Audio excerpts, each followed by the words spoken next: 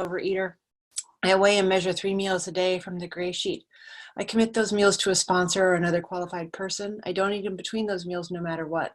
And abstinence is the most important thing in my life without exception. My abstinence date is August 27th, 2009. I'm so grateful to be here. Thank you, Jillian, for asking me to share. And I always think, oh, this time I'll say something different. And I never do because it's my story, it's the same. There's different versions, things I forget, things I don't forget, and what's happening now is the same, but it is the only story that I've got. So I'm going to go ahead and tell it. Oh dear, I'm sorry. I got to turn those off. Any case, my life as a child was uneventful and blessed, and for the most part, just really happy. I wasn't a heavy kid. My parents are still married to each other. We all love each other, speak to each other. My brother and I are very close. We went on a trip to Chicago last year to go watch baseball together to celebrate my brother's birthday. And I say all of this because there's no reason that I should feel, and have always felt, I don't feel anymore, but that I've always felt less than or not quite good enough, or if people got to know the real me that they wouldn't like me. I've always felt that way for as long as I can remember. And I was able to sort of manage it, I guess, or put it out of my head until we moved to California. We moved from a small town in Illinois when I was 16. And now, moving when you're a junior in high school is hard. The saving grace was we were moving to California, so that seemed sexy, But then when we got out here, the high school I went to had more people than the town I grew up in. We moved to Southern California. It was very large. It was a big culture shock. And it was the first time that I turned to food for comfort. And it did. It really worked for me. I felt instantly calmer and better when I started eating. My mom, who at the time, of course, seemed very grown up and now seems like a baby, she was in her early 30s, had also moved away from all of her family, was also very lonely, and had these kids that she had to be strong for with my dad. And we became binge buddies. We would plan our binges, usually around the Oscars or some sort of award show, and we'd buy 2-pound bags of X and another bag of Y and some big diet soda, because you always have to have diet soda, not regular soda when you're binging. And we would binge, and that's how we connected. Several years would pass. I gained about 10 pounds, nothing really hard, but I was so lonely, so very lonely. And all of the self-esteem issues that I had came just up to the forefront. And 10 pounds in Southern California, well, anywhere, but everybody's very thin, focuses all on thin. And I was not, and I wasn't blonde. And I wasn't, all these things that I bought into the stereotype. It's actually not true, but I bought into it, and I was different. But I managed that same extra 10 to 15 pounds for the next 30 years, 20, 25 years. Losing it, gaining it, losing it, gaining it, never feeling quite good enough. When I got to college, I decided self-consciously that I was going to be different. I was going to be somebody else. And I was for a while. I acted, and I was gregarious, and I was fun. And the reason I was able to do that is because I turned to booze and to sex instead of food. I drank a lot. I had a lot of, the more people I had sex with, the better I felt about myself. I felt that made me worthy. They wanted me. They must see something that I want, that I am, that they wanted. So it was not a healthy environment for me at all. Fortunately, my higher power put the man who would become my husband in my way when I was a sophomore, when I was 19 years old. And that put an end to all of the sex with other people pretty quickly. So that was safe and good. And then the booze, he doesn't drink, he still doesn't. So I didn't drink nearly as much when he was around. But he went to school in a different town than I did, so we only saw each other on weekends. And I started eating. And I gained weight, and I lost weight, and I gained weight, and I lost weight. And I kept doing that. All the diets that we talk about, the Susan Powder thing, or Deal a Meal, and Richard Simmons, and the Grapefruit Diet, and Atkins was starting, around then. I mean, everything, the restriction stuff. But even though everything seemed on the surface to be good for me, I didn't feel connected to myself. You know, I didn't, and when I did feel connected to myself, it was despair. I don't know where that's from. I just don't. I think I'm born with it. Just as I'm born with brown eyes, I was born with this hole in myself and this compulsion. Fast forward many, many years, and the boy and I got married, you know, 8 years later. And to fit into a wedding dress, I did my first really extreme diet, where it was sort of, it began a phase of restriction that was extremely unhealthy, where I wouldn't eat for days and days and days, and then I'd get faint, and then I'd eat a little, and then I'd do it again. And I fit into the dress, and then, you know, I started eating again, and I gained a ton of weight. But now I'm married, you know, so maybe it's not as important, and maybe it's okay. But the relationship with my body became completely disconnected. It was as if I were just a head. You know, I didn't have a body. I didn't want to acknowledge it. I didn't want to do anything with it. I didn't want to talk about it. All I wanted to do was eat. Leave me alone. I want to eat. And it started to ramp up a little bit. The disease kicked in when I got pregnant with my oldest child, who will be 25 in a couple of months. And I was pregnant. My husband was working nights. He was a chef at the time, a pastry chef. I always like to throw that in because that's a little irony.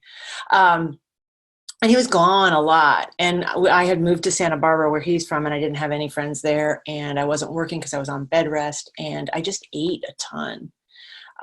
It just kicked in because now I could, you know, my body was, I was freed of the social norm. You know, it was okay for me not to be able to fit in the booth because I'm pregnant, you know, it's okay.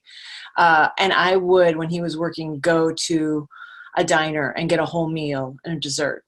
And then I'd drive down 3 blocks and I'd go to another diner and get a meal and a dessert. And there was a couple of nights where I'd have 3 meals and 3 desserts. And then he'd come home with a delectable pastry and I'd eat that. I just ate and ate and ate and ate and ate, and I couldn't stop. And the level of self-disgust and self-loathing just incrementally, every time I ate more, it just got worse. I developed gestational diabetes with my first child and was told that I needed to eat a diet very similar to a gray sheet diet. And otherwise something could go wrong for her or for me, and I couldn't stop.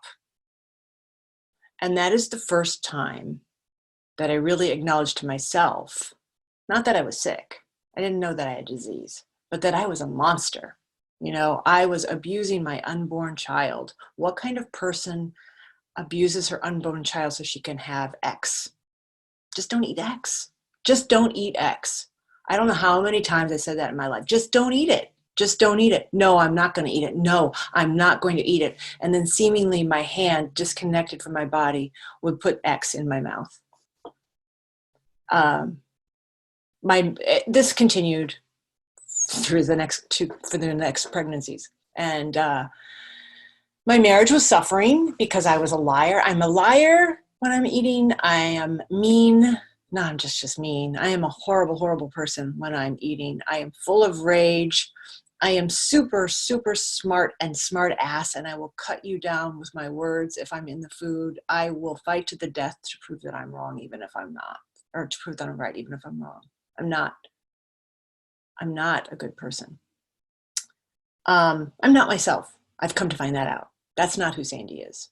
That's not who I am, but that's who I become. My second daughter was born prematurely. She was home. She's fine. She was 2 pounds. Now I have a toddler and an infant who's tiny, and I'm binging, watching daytime TV, quite literally on the floor with the curtains drawn, weeping while I'm nursing her, and eating and crumbs are falling on her head. I mean, it's just this horrible thing. I'm now hiding money that I'm spending for my husband on food. I'm hiding boxes. I'm driving around town. We've moved to a tiny rural area. I know nobody. He's got a job. The resentment. Oh my God. My first 4th step was a novel. It was War and Peace, the resentments. It was just so much. And I would get, things delivered, and I would go put the trash. If I actually didn't throw it out the window of the car, I would go put it in a garbage can around the corner. My son is 16. He's much younger than the other 2. And I got pregnant with him because I didn't want to go on a diet. I had the thought, I don't want to lose weight. I know I'll get pregnant. I can only say this here, and you all understand. Anywhere else, that makes me sound like a terrible person. And what a blessing. I mean, he's just the light of my life. But at the time, not a real reason to have a kid. My depression got bigger and bigger and bigger. And I started going on a magical mystery tour of different spiritual traditions. You know, I grew up Catholic, had fallen away, had lost my faith. And I started doing sweat lodges and women's retreats and Buddhist retreats and Christian, you know, Kabbalah, everything, anything I could find, because I knew there was this hole. Thank you, 10. Thank you very much. I just knew I was missing something, but I didn't know what it was. I had the case of I'll be happy then. You know, I'll be happy when I graduate from high school. I'll be happy when I get the boyfriend. I'll be happy when I graduate college, when I get the car, when I get the house, when I get the kids. And it was never enough. And so there I am in my early 40s, 3 beautiful children, a husband who loves me when he's not pissed at me because I'm a bitch. And I've got a blessed life, but I was so depressed. And I wanted to die. I didn't think about actually hurting myself, but I've shared this. I live over the mountains from Santa Barbara, and we would go all the time, and there's a bridge. They have since put all this fencing around it so people can't jump, because a lot of people did. And I would drive over that bridge thinking I should just go off the bridge. Everybody would be happier. Chris would be happier. Everybody would be better off if I weren't around. And the only reason that I didn't is because I always had a kid in the back seat when I was driving over the bridge. I always had one of my daughters or my son, and you know, I couldn't. But the thought was so powerful, and the promise of release from the hell of eating seemed blissful. I wandered into an OA meeting, and it's another long story on why I want to get to recovery, because I had a big, huge blow up with my husband, and it was an ultimatum, and I just wanted to shut him up. I didn't really think I needed to go OA. I just didn't want him to be bugging me anymore. So I went to an OA meeting, and it's the first time I realized I wasn't alone, that you all knew me. But I didn't find any recovery for me in OA. I found more misery. I did my best binging in OA on the way to a meeting. I always say my husband thought 12-step meetings were 2 hours long because I'd binge on my way there, and then I binge on my way back, and I didn't tell him that. I was going to a meeting, you know, so he thought they were 2 hours long. And I got more and more depressed. I was seeing a therapist. I was on antidepressants, and nothing was working. Everything was very, very dark. If you pardon the pun, everything was very gray. There was nothing. There was no joy. There was no nothing. Through a fluke, I heard about GreySheet, and I went on the internet to find out about it. And it was a very frustrating process for me, because this is, you know, over 10 years ago. There was no Facebook. You had to go on GreyNet. To get on the GreyNet, you had to be Yahoo. I had to get a Yahoo email. I had to do all this stuff. You couldn't get on the phone bridge unless you had the PIN, and you couldn't get the PIN unless you joined Yahoo. It was just so frustrating to me, because keep in mind, I'm still in the food. We know how we are when in the food. It was so frustrating. And the fact that I persevered, to me, proves that I have a higher power at work in my life, because any other time I'd say, screw it, I'm done. I got on, I read kind of, you know, it's also oblique. It doesn't say exactly what it is. The GreySheet's not on what the hell? Why won't they just tell me what's to do? You know, this frustration I had. So I sent out an email, and I heard a voice that night. I haven't heard the voice since. I thought you all were crazy, and that I couldn't do this because I wouldn't be able to have Y at my daughter's wedding. My daughter was 10, you know, but I'm worried about her wedding. And I heard a voice saying, what have you got to lose? I've not heard that voice since. As much as I try, I don't hear that voice. I have a hard time connecting with my higher power, but I kept doing it. I sent the email. 4 women responded. I called the woman. It was a Wednesday lunch. It wasn't Monday. It wasn't the beginning of the month. It wasn't breakfast. It was a Wednesday lunch. I called her at 10:30 a.m. She said, here's what you can do. I will mail you. Mail. She's going to mail me the GreySheet. Oh my God. What are you people doing? And then I kept doing it. I was desperate enough to do what she said. And so since July 7th, 2009, I have not eaten an unweighed or unmeasured GreySheet meal. I had a technicality with a frozen vegetable medley. And it was the first time I saw the label after I eat. And I don't know if I ate whatever was in the medley that we don't eat. And I had this thought, well, I'm just not going to tell. It's 45 days. I'm just not going to tell.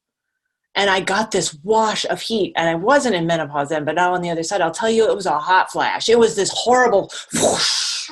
And I just knew, thanks, I'm going to wipe up, that if I didn't tell the truth, I would be done for. And I called, it was day one. That was August 27th. I've been abstinent ever since. I do it by saying meetings. I do it by coming and sponsoring, doing service.